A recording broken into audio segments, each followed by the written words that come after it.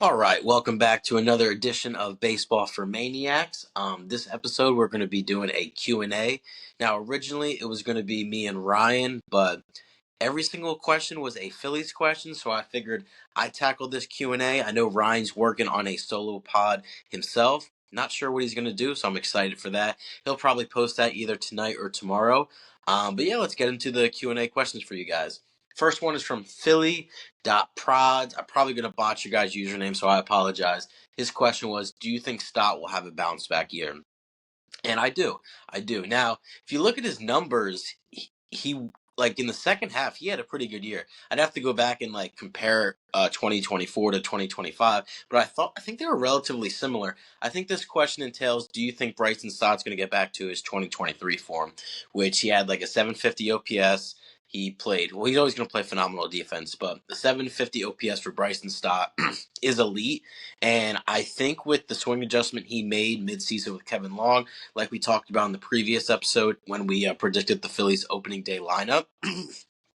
Excuse me, he dropped his hands a little bit, and what I think that did for Bryson Stott is it simplified a lot of things. It took a lot of the bat wiggle out of the equation, so he can kind of just rest his hands on his shoulder, and it gives him more time and less movement to make a decision, whether he sees fastball, off speed, all that and the above. And I think he's going to take that confidence, and I think he's going to have a great year. Now, I think peak Bryson Stott, like the absolute ceiling for him is a 300 hitter with an 800 OPS, and you know what he brings with the glove. He's always going to be a positive WAR player just from what he does on the defensive side. But if he has an 800 OPS, he could be a 5 to 6 win player, and that's not crazy. And if he's a 5 to 6 win player, he's going to be an all-star. I kind of compare him to his ceiling is like Nico Horner of the Chicago Cubs. Nico Horner had a sub 800 OPS last year, but he accumulated, I believe it was 5 or 6 WAR just based on his defense. Now, you can always debate Bryson Stott versus Nico Horner, who's the better defender. I'm not going to use my Philly bias. I think Nico Horner is the better defender, but I think it is very close. All right, second question we got.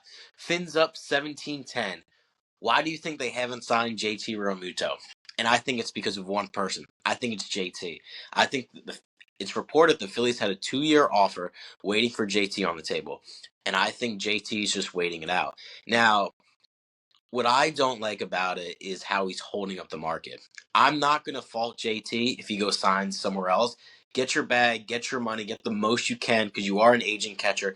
Go get the most years you can get. My thing is how long it's taking.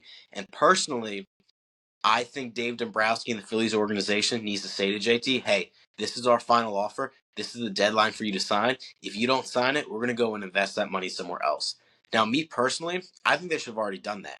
I think they need to pivot their focus to Alex Bregman or Bo Bichette and not re-sign JT. Take the loss at catcher, but bringing in a Bo or Alex Bregman, I think has much more upside than the downside of having a weak catching position. And Dave Dombrowski, the GM that we was praised in Boston, praised in Detroit, praised in Miami, rightfully so. He's a Hall of Fame baseball executive. It's time to get creative in the trade market. Go trade for a catcher. Go get a Ryan Jeffers. And let's go get Alex Bregman or Bo Bichette. But that's why I think he hasn't signed. I think JT's just waiting out the market, and he has every right to do so. But we have every right to do so as an organization to go pivot somewhere else because we are trying to win a World Series. Number 3. From Phillies fan, not Phillies fan 3, that's me, just Phillies fan. Who else will the Phillies sign? So realistically, I think it's going to be JT. If I'm thinking with my head, I think they're just going to re-sign JT, and I think that's going to be the offseason. Is that a good offseason? Absolutely not. Who I want them to sign? Again, Alex Bregman or Bo Bichette. Now, who's going to sign next? I don't know. I think everything pins on JT to where I want them to give him a deadline to where if he doesn't accept by that deadline, then go get your player. It's January. Pitchers and catchers report in about, I think, 6 weeks, maybe 5, 6 weeks. So it's crunch time to get these free agents signed. And there's a lot of free agents on the market. JT, Bo Bichette, Alex Bregman, Kyle Tucker, Ranger Suarez, Framber Valdez. We had a pretty good start to the offseason up until the winter meetings, but it's been a dead zone ever since then. All right. No idea what this username is. Danny Leor. Botched it again. Would you pull the trigger on a guy like Imai or take the Phillies route and be cautious? I think it's a bit hypocritical that they don't want to give him a long-term deal, but they decide to pay aging vets. I know the lockout could be a factor. All right, let's get into this. So Imai signed with the Astros on a 3-year, $63 million contract this morning, and it has an opt-out after every single year. Now, if you looked or if you heard from the baseball podcast Preston Mattingly was on, it's the Red Sox one. Forgive me for botching the name or not knowing the name of the podcast, but it's a famous Red Sox podcast. He went on and he dropped a pretty interesting nugget that the Phillies don't do opt-outs. They are upfront with their free agents, and they just don't believe in opt-outs. I mean, I kind of get the understanding of you sign someone, you want them locked in, but not offering opt-outs to anyone, like, I feel like that's a bit mundane, and that's going to make you lose out on a lot of free agents. Imai, we just lost him to the Astros. Now, originally going into this offseason, I predicted that Imai was going to get maybe a 6-7 year deal in the money frame of like 180 million. Boy, was I wrong. I think the entire baseball market did not do a good job in the sense of what they were predicting for Murakami or Imai, because they obviously didn't get what they wanted. Now, is that just the scouts going in and seeing that they're just not good enough, or like they didn't like their underlying metrics? We don't know. Now, he did bring up a good point in this question. The lockout could be a factor. Some teams do not want to spend right now because they don't know what the CBA is going to be like. They don't know if there's going to be a salary cap. Now, on the vice versa, you might say, this is the time to spend, right? This is the time to be able to spend as much money as you can because there is no salary cap. I'm very interested to see what MLB does. So let's say they do impose a salary cap, right? Now, if the Dodgers, let's say they impose it in 2027, right? There's going to be a salary cap, I don't know, 350 million, right? What about the teams that are already above that? You can't void contracts. You can't say, hey, since there's a salary cap, you're going to make less. No, contracts are valid when they're signed. That's literally letter of the law. So what are they going to do if a team is already over that salary cap? Because a cap is you can't go above it. Like in the NFL, you physically are not allowed to go above it. In baseball, the luxury tax is a soft cap, but any baseball team can spend any amount of money they want. So if they issue a cap, I don't know how they're going to make that work. So I have no idea, but would I like them to go get Imai? Absolutely. On this 3-year deal? Absolutely. The only way I'll forgive the Phillies for not doing this move is if they go get an Alex Bregman or Bo Bichette. But if they don't, and they just signed JT, then everything they say is total BS, and that's not hyperbole. They have been talking about getting in the Japanese market for years. They have scouted heavily. They are begging someone, and now you have a chance to go get a top-of-the-line starters from Japan, and you don't want to do it? Doesn't make any sense. And then that just shows that whatever they're telling us, they're feeding us BS.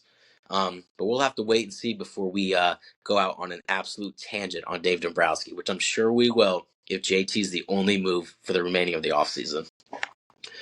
All right. Number 5, Phillies fan page. Do you think that the motivation that Harper has heading into the season will get him back to his 2021 season and his playoffs in 22 to 23? And do you think anyone in the lineup will have a 750 OPS and above? I'll tackle the first part. So in my previous episode, I think what Dave Dombrowski did was genius. I think he lit a fire under Harper with the Not Elite shirt. We've all seen it.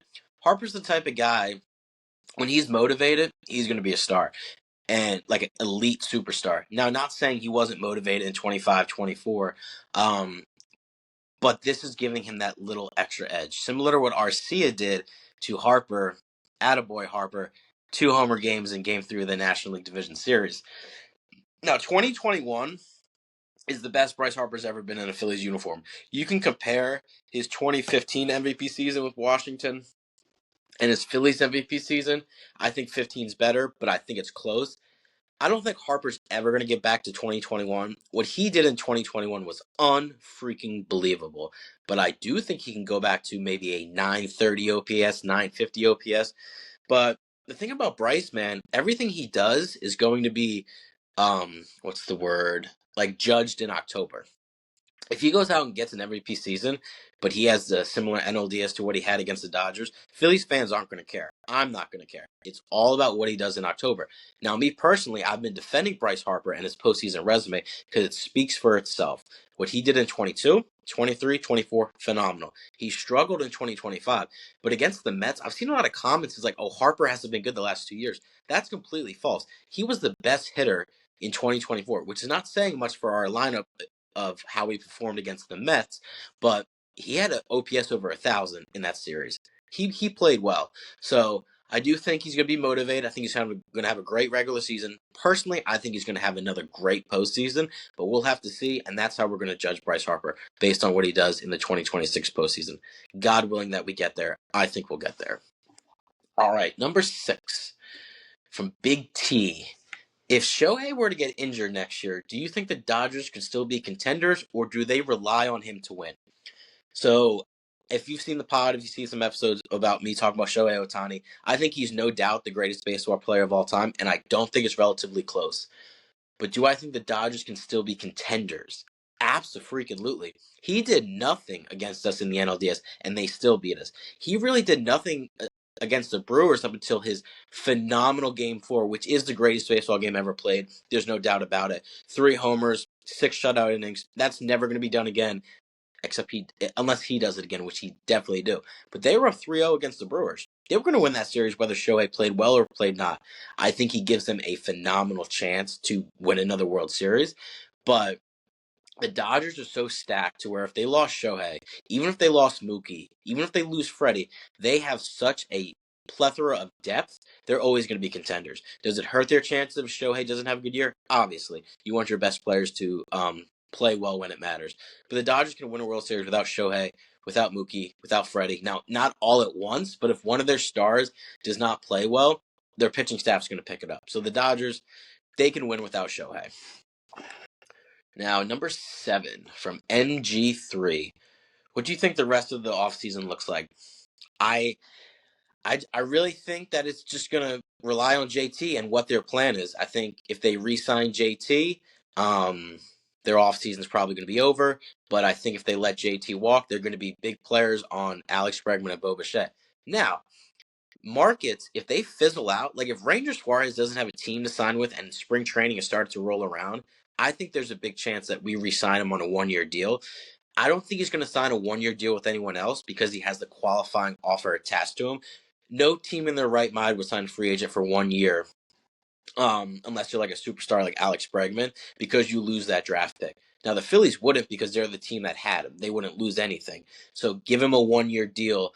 Let him reset his market for next year, get on the free agent market again if he has a good year, and then he can get that long-term deal. So do I think the offseason will be done even if they get JT? Yes, but they could still be players in free agents if their markets fizzle. Remember in 2024, when Blake Snell didn't get signed until spring training by the Giants, the Phillies were players in that, and I really think they should have signed him because he signed a 1-1. But the Giants got him, and yeah, so they'll just monitor the market. But we'll see what happens. Number 8, I'm gonna boss these usernames again, guys. You guys have some silly usernames. Persons with like 4 S's. Do you think we signed a new catcher? I don't think I don't know. So in my heart of heart, I think they're just going to bring JT back. But if they don't, they could either run with Marchand and Stubbs. They get Victor Carantino from the Astros. He's a free agent. But I really think if they don't sign JT and they do get a new catcher, I think it's going to be through the trade market. Not Adley Rutschman, but go get a Ryan Jeffers, because the only other viable catcher on the free agent market is Victor Carantino from the Houston Astros. And he's good, but he's not great. So I think they got to get creative in the trade market if they are going to get a new catcher. But I also think there's a real chance that if JT walks, they're just going to run with a Marchand Stubbs duo. Number 9 from RJ. Do you think that the A's and the Pirates are playoff contenders in 2026? So if you watch some of the episodes, me and Ryan have this running gig about the Pirates, and he thinks they're going to win the NL Central. He thinks they're going to be a playoff team. I think it's total BS. So I do not think the Pirates are going to be a playoff team in 2026. Would I be absolutely surprised? Yes, but not really, just because their pitching is phenomenal. Paul Skeens, Mitch Keller. It just really depends on the offense. Now, they have made additions. Ryan O'Hearn. They got Brandon Lau from the Rays. So I do think they will be better. I just don't think they're a playoff team. And the Oakland Athletics, Las Vegas Athletics, well, Sacramento Athletics, dude. That whole thing's a mess. But I predicted that they're going to be the next dynasty starting in 2028. Now, I predicted that because I think once they move to Las Vegas and become the A's, they're going to be in a better stadium. They're going to be able to sign more free agents, more pitching free agents, because their lineup's stacked, but they have no pitching. So for the year 2026, I don't think they're going to be a contender. You can't make the playoffs if your pitching's that bad. We saw from our beloved New York Mets, if you don't have pitching, you don't have anything. Let's hope that happens again for them. But no, I don't think either team will be making the playoffs in 2026.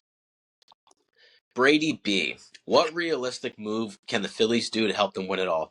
So, big question. So, even if they sign JT and that's their offseason, right? Will I be happy? Absolutely not. Will you guys be happy? Absolutely not. The entire city of Philadelphia will be pissed, and rightfully so. They can still win the World Series. Like, you guys got to realize if you get in, you have a chance. The Phillies competed very well with the Dodgers. They didn't beat them because they're not good enough. So that's why I think they do need to make the big additions, like an Alex Bregman or Bo Bichette, to give them a better chance. But if you get in the playoffs, dude, you can win the World Series. Like, that's just the great game of baseball, to where you get in, anything can happen in baseball. So even if they do nothing the rest of the offseason, the Phillies can still win the World Series. All right, we got 3 more questions here from Chris Soccer. Do you think Adolis Garcia will be back to top form, or will he play like last year? I'm going to go somewhere in the middle. I don't think he's ever going to get back to his 2023 form with the Texas Rangers. That was a phenomenal year. He was the best hitter in the postseason. He was the offensive spark that led them to winning the World Series. But I also don't think he's going to be as bad as he was last year and the year before. I think he is a prime candidate for a change of scenery. Get into Philly, get into a winning atmosphere. You saw what he did when the lights were brightest in Texas. They weren't that the last 2 years. So you get him here, you get some juice under him, like rejuvenated, 1-year deal, very motivated, just got DFA'd. So I think he's going to have a chip on his shoulder. But I'm looking at Adolis Garcia. My expectations for him is to play Gold Glove defense, which I think he's very capable of doing. He's done that before. And then just hit you 20 homers, 20, 25 homers, maybe like a 730, 740 OPS. Think about Adolis Garcia. He has a lot of swing and miss and chase in this game. But if he can kind of limit that a little bit, be maybe a 240, 250 hitter, hit you 25 homers, I think that's a success for what he brings on the defensive end. Number 12, from Eagles Phillies fans, where do you think Ranger Suarez will sign?